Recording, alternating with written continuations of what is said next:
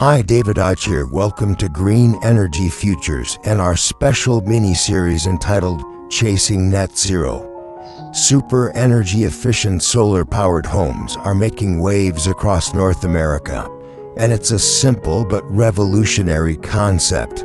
A net zero home is a home that produces as much energy as it consumes over the course of a year. Peter Amarangan built one of the first net zero homes in Canada. I'm Peter Amarangan, president of Habitat Studio and Workshop Limited. I've been building houses for way too long, for about 40 odd years. Been interested in energy efficiency since the last oil crisis. Ground Zero for Net Zero began in 2004 with a demonstration project for the Canadian Mortgage and Housing Corporation. It was an experiment to see if net zero would work. Peter Amarangan built a large, experienced team, and with the help of more than 45 people, built the Riverdale Net Zero House in Edmonton, Alberta. It was one of the first net zero homes in Canada, and while it wasn't perfect, it worked, and the concept of net zero homes was born. The lessons learned from that house were integrated into Peter's next net zero build, a smaller, more modest project. With the help of a client who went behind his back, they made big strides in harvesting free passive solar energy and storing it in a thermal mass. Conrad had a pretty good site. And he brought me a copy of CMHC's Tap the Sun book. And he went behind my back to my structural engineering friend Andy Smith and said, you know, you can add a bunch of mass to that house really cheaply by pouring a 2.5-inch concrete overlay on the floor. And so we did. And we found when we did the modeling that we were awful close to net zero, and that we could actually get there by maximizing the passive solar potential. Amarangan has kept building net zero homes, learning new tricks with each one. We spoke to half a dozen experts about net zero homes, and we found 3 simple rules to building a net zero home: energy conservation, passive solar energy, and lastly, renewable solar energy produced right on the house. So, save as much energy as you can, capture as much free energy as you can, and then only produce as much energy as you need. It is impossible to get to net zero energy without very aggressive conservation. You've got to cut down the energy that's used for heating, for all of those same things, for appliances, for hot water. That has to be cut back to the bone. It's not just buying energy-efficient appliances and reducing your phantom loads. Energy conservation means having a well-insulated, airtight building envelope. But beyond energy conservation, there are 2 big reasons why net zero has become so easy to accomplish after just a few short years. One is the declining cost of photovoltaic. It costs about half as much as it used to as when we first started. So that makes a big difference. And the second big one is the realization that air source heat pumps can work in our climate.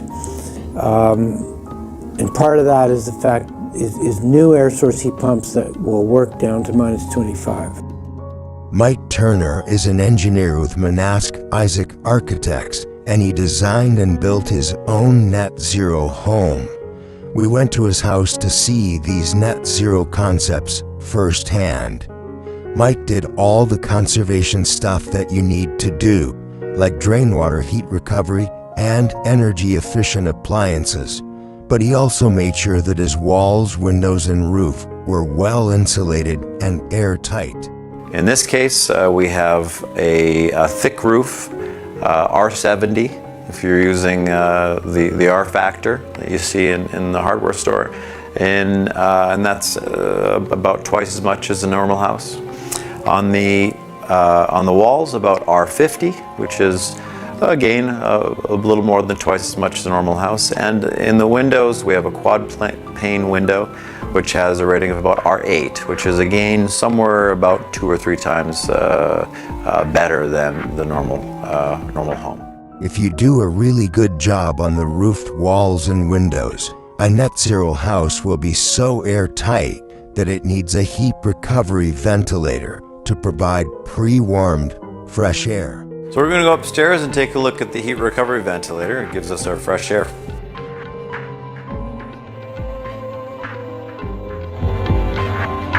We've got a very simple heat recovery ventilator. Fresh air comes in from outside, gets heated up using the exhaust air that comes from inside the house and exchanges it inside this box. Very simple device, and it works really well. Energy conservation and efficiency, check. Next, net zero homes need to maximize the passive solar design. If your site allows, you want large south-facing windows. Well, summer's a wonderful thing. We have a very high sun angle in the summertime for the most part, and we have a healthy overhang on the front, on the south facade.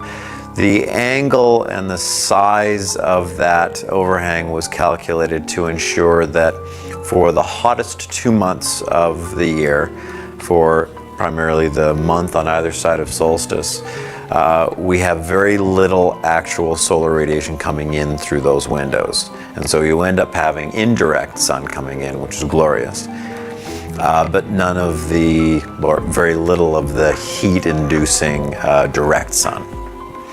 And of course, the rest of the year, a larger and larger fraction until you reach winter solstice comes into the space and ends up heating the space passively. Mike also has a concrete floor that stores heat during the day and releases it at night.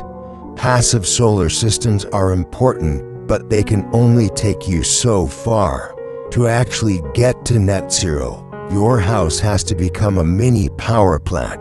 But it's not just about tacking a solar panel onto a regular house. Solar panels come only after you've done everything else. Well, the final thing to do is you have to make some electricity. And so on this house, we've got actually 2 arrays. We've got on the garage here, we've got a 4 kilowatt array.